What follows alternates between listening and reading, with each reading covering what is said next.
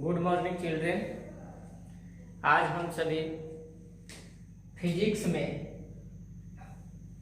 Force and pressure के बारे में फिर से पढ़ेंगे, जिसमें हम लोगों ने कांटेक्ट फोर्स तक पढ़ लिया था। जो फोर्स के प्रकार होते हैं कांटेक्ट और non contact. Non contact force जिसको हम कहते हैं असंपर्क बल, और कांटेक्ट फोर्स जिसको कहते हैं संपर्क बल। संपर्क बल में जब भी कार्य होता था या होता है तो दो वस्तुओं का परस्पर कांटेक्ट होता है, तभी होता है। और नॉन कांटेक्ट में दो वस्तुओं के बीच किसी प्रकार का संपर्क नहीं होता है।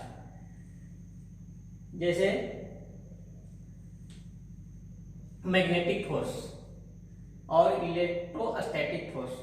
लेकिन सबसे पहले हम पढ़ेंगे non contact, the force that act from A distance without directly touching an object. यानी वह बल जिसमें दो वस्तुओं का परस्पर कांटेक्ट नहीं होता है, यानी संपर्क नहीं होता है, फिर भी वह कार्य करता है, जिसे हम नॉन कांटेक्ट फोर्स के नाम से जानते हैं। जैसे कोई वस्तु, जैसे मैग्नेट है और मैग्नेट के पास कोई मैग्नेटिक पदार्थ को हम ले जाते हैं, आयरन है, निकेल है, कोबाल्ट का बना हुआ पदार्थ है, उसको अगर ले जाते हैं तो मैग्नेट उसे क्या करता है, अपने ओर आकर्षित कर लेता है, खींच लेता है। जहां हम देखते हैं कि यहाँ दोनों वस्तुओं के बीच जो होता है किसी प्रकार का संपर्क नहीं होता है, जो नॉन कांटेक्ट फोर्स के नाम से जाना जाता है।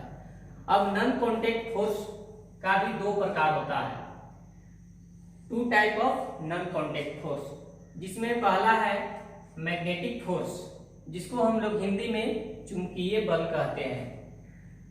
The force exerted by a magnet on other magnetic substances without contact. यानी मैग्नेटिक बल में कोई वस्तु, मैग्नेटिक फोर्स किसी वस्तु पर कार्य करता है बिना संपर्क किए हुए। जो जैसे बताए कि एक जो है चुंबक है और यह चुंबक के पास कोई जो है चुंबकीय मटेरियल को रखा जाता है, तो यह मैग्नेट जो होता है वह चुंबक की ओर क्या होता है, आकर्षित हो जाता है। यानी मैग्नेट जो होता है चुंबकीय पदार्थ को अपने ओर खींच लेता है। जबकि देखा जाता है कि दोनों वस्तुओं के बीच किसी प्रकार का कोई संपर्क नहीं होता है, जो मैग्नेटिक फोर्स के नाम से जाना जाता है। इसी तरह से मैग्नेटिक फोर्स की तरह ही जो होता है ग्रेविटेशनल फोर्स भी होता है, जो नॉन कांटेक्ट फोर्स का एग्जाम्पल है। मैग्नेटिक ग्रेविटेशनल फोर्स के कारण जो होता है, जब किसी भी वस्तु को हम ऊपर की ओर फेंकते हैं तो पृथ्वी वह उस वस्तु को अपने ओर खींच लेती है, जो नॉन कांटेक्ट फोर्स का ही एग्जाम्पल है। अब इसके बाद है इलेक्ट्रोस्टैटिक फोर्स। इलेक्ट्रोस्टैटिक फोर्स में दो वस्तुओं को जो होता है आवेशित होना पड़ता है, यानी आवेश होना चाहिए दोनों वस्तु का, यानी या एक आवेशित हो और दूसरा जो होता है अनावेशित होता है, तब भी जो होता है ये वस्तु दूसरे वस्तु के संपर्क में आ जाता है। यानी एक वस्तु जो है दूसरे वस्तु को अपने ओर खींच लेता है। यानी the force exerted by A charge body on other charge body और अनचार्ज बॉडी।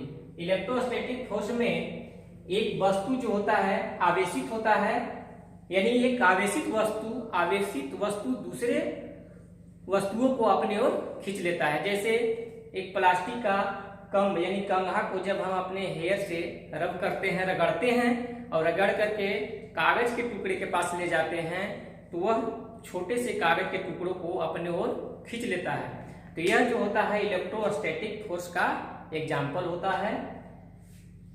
आज इतना ही, इसके बाद हम लोग अगले दिन पढ़ेंगे।